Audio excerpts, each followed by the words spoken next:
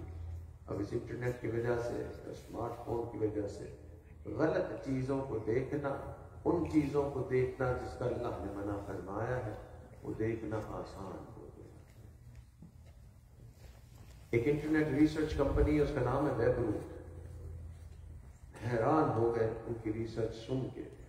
وہ کہتے ہیں کہ ہر روز 2.5 لاکھ ای میلز ایک بندے سے دوسرے بندے کی طرف جاتی ہیں.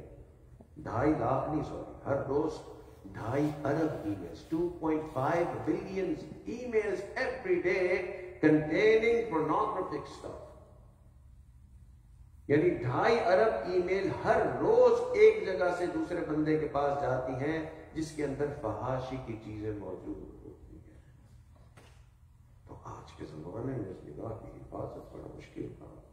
اس لیے علماء نے فرمایا کہ اس زمانے میں اگر کسی نے اپنی نگاہ کی حفاظت کر لی وہ پکا اللہ کا دوست ہے.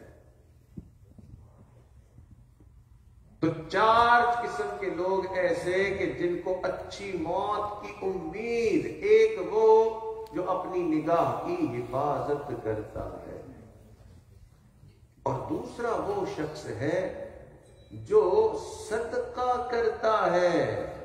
صدقہ کرنے والے کو بھی اچھی موت کی امید ہے. نبی علیہ السلام نے فرمایا کہ صدقہ بلاؤں کو ٹالنے والی چیز ہے اور صدقہ بری موت سے بچانے والی چیز ہے. تو جس نے صدقہ کیا بری موت سے بچے گا، اس کو اچھی موت آئے گی. مگر سچی بات یہ ہے کہ اگر اس نے بہت اچھی طرح سے صدقہ کیا تو پھر صرف یہ نہیں کہ اچھی موت آئے گی، قیامت کے دن وہ اس طرح لوگ اس کو دیکھیں گے جیسے انبیاء اور اولیاء کو لوگ دیکھتے ہوں گے. حدیث پاک میں آتا ہے کہ قیامت کے دن 7 قسم کے لوگوں کو عرش کا سایہ ملے گا جب کوئی اور سایہ نہیں ہوگا، اور اس میں سے ایک وہ بندہ ہوگا جو صدقہ اس طرح سے کرتا ہوگا کہ سیدھے ہاتھ سے صدقہ کیا، اتنی خاموشی سے کہ بائیں ہاتھ کو بھی نہ پتا چلا. اور ایک حدیث میں آتا ہے کہ اگر کسی مومن کو انسان نے اچانک خوشی دی، کوئی بھی ایسا عمل کر کے، کوئی ایسی چیز اس کو دی یا کوئی ایسا کام اس کے ساتھ کیا کہ اس کو اچانک خوشی آئی، یہ اچانک خوشی کسی مومن کو دینے پر اللہ رب العزت اس خوشی دینے والے کے سارے گناہوں کو معاف فرما دیتے ہیں. تو 4 قسم کے لوگوں کے بارے میں علماء نے فرمایا کہ ان کو اچھی موت آئے گی. ایک وہ جو نگاہ کی حفاظت کرتا ہے، اور ایک وہ ہے جو صدقہ کرتا ہے، دل کو کھلا رکھتا ہے. نبی علیہ السلام نے فرمایا کہ میں قسم کھا کے کہتا ہوں، اللہ کے نبی فرمایا کہ میں قسم کھا کے کہتا ہوں صدقہ کرنے سے تمہارے مالوں میں کمی نہیں آتی ہے. حدیث بعد میں آتا ہے کہ بنی اسرائیل کا ایک آدمی تھا، بڑی قسمہ پرسی کے عالم میں تھے، کھانے پینے کو کچھ نہیں تھا اسے. تو پریشان ہوتا تھا، بڑے دنوں بعد کچھ کھانے کو ملتا تو وہ بھی تھوڑا ملتا، اس سے بھی پیٹ بھرتا نہیں۔ اس کے علاقے سے حضرت موسیٰ علیہ السلام تو گزر ہوا، تو جب اس کو پتا چلا کہ اللہ کے نبی کا گزر ہو رہا ہے ہمارے علاقے سے، اس نے سوچا میں ان سے جا کے دعا کرواتا ہوں کہ میرے ساتھ بہت ہی معاملہ ڈسٹرب ہے کھانے پینے کو لیے۔ تو انہوں نے جا کے جو دعا کروائی نا حضرت موسیٰ علیہ السلام سے، تو دعا یہ تھی، اس نے جا کہا کہ حضرت میرے لیے یہ دعا کریں کہ اللہ نے میرے لیے جو بھی رزق رکھا ہے نا مجھے سارا کا سارا ایک ساتھ مل جائے، تاکہ کچھ دن تو میں اچھی طرح سے کھا پی لوں۔ اتنے عرصے تک کچھ ملتا نہیں ہے کھانے کو، جب ملتا ہے تو تھوڑا سا ملتا ہے، تو جو بھی اللہ نے میرے لیے رزق رکھا ہے سارا کا سارا اللہ مجھے ایک ساتھ ہی دے دے، میں سارا ایک ساتھ ہی استعمال کروں، تو کچھ دن اچھے گزر جائیں۔ موسیٰ علیہ السلام نے شفقت فرمائی، اس کے لیے دعا کی، اللہ نے جو اس کا رزق تھا سارا کا سارا اس کو دے دیا۔ ظاہراً ایسا لگتا تھا کہ چند مہینوں تک یہ رزق استعمال کرے گا، اس کے بعد اس کا انتقال ہو جائے گا، پھر رزق ختم ہو جائے گا۔ موسیٰ علیہ السلام اس گاؤں سے تشریف لے گئے، چند سال بعد واپس اس گاؤں سے گزر ہوا، تو موسیٰ علیہ السلام کو یاد آیا کہ ہاں وہ ایک آدمی تھا، اس نے دعا کروائی تھی کہ اس کا رزق اس کو سارا کا سارا ایک ساتھ مل جائے، تو اب تو وہ فوت ہو گیا ہوگا، کیونکہ اس کا رزق تھوڑا سا ہی تھا، چند مہینوں کا تھا، تو اب تو فوت ہو گیا ہوگا۔ تو موسیٰ علیہ السلام نے معلوم کیا کہ جی کہاں ہے وہ بندہ؟ لوگوں نے کہا جی فوت نہیں ہوا ہے، تو زندہ ہے۔ بڑے حیران ہوئے کہ زندہ ہے، انہوں نے کہا جی کہاں ہے؟ لوگوں نے بتایا کہ جی فلاں جگہ پہ۔ موسیٰ علیہ السلام وہاں گئے، اللہ اکبر، حیران رہ گئے کہ یہ اتنا غریب سا آدمی، اس کا گھر تھا کہ محل تھا، اور اتنے جانور تھے، اور اتنی سواریاں تھیں، اور اتنے نوکر اور ملازمین تھے، حیران اتنے حیران ہوئے کہ آخر کو اللہ کی طرف متوجہ ہوئے کہ یاد تو وہ شخص تھا کہ جس کا رزق کتنا تھا، تو اتنے رزق کے باوجود اتنا سارا رزق بھی ہو گیا، اس میں تو فوت ہو جانا تھا۔ اللہ تعالیٰ نے وحی بھیجی ہے، میرے پیارے موسیٰ اس کو ہم نے اتنا ہی دیا تھا، مگر اس نے اس رزق میں سے دوسروں کو دینا شروع کر دیا، اور یہ ہمارا وعدہ ہے کہ جو صدقہ کرتا ہے ہم اس کو بڑھا کے واپس کرتے ہیں، یہ جب تک کرتا رہے گا ہم اس کے رزق کو بڑھاتے جائیں گے۔ اللہ، تو 4 لوگوں کو اچھی موت کی امید، ایک وہ شخص جو اس نگاہ کی حفاظت کرتا ہے، اور ایک وہ شخص ہے کھلے دل کا مالک ہے۔ نبی علیہ السلام نے فرمایا کہ امیر وہ نہیں ہے جس کے پاس مال زیادہ ہو، آپ نے فرمایا امیر وہ ہے جس کا دل کھلا ہوا ہو، جس کو شوق ہو خرچ کرنے کا۔ اصل نیکی جو ہے وہ آ ہی نہیں سکتی جب تک کہ انسان خرچ کرنے کا شوق نہ رکھے، اور خرچ کرنے کا شوق رکھنے کے لیے امیر ہونا ضروری نہیں ہے، دل ہونا ضروری ہے۔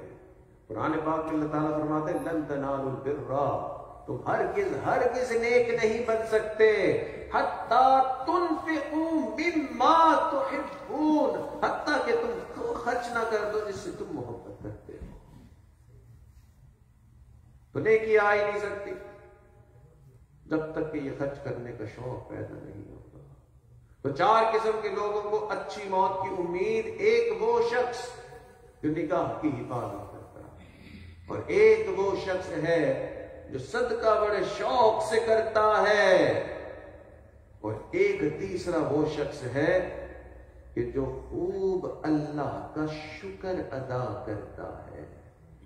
یہ شکر ادا کرنے والے کو صرف اچھی موت کی امید نہیں ہے، اس کی زندگی بھی اچھی ہے اور اس کی موت بھی اچھی ہے۔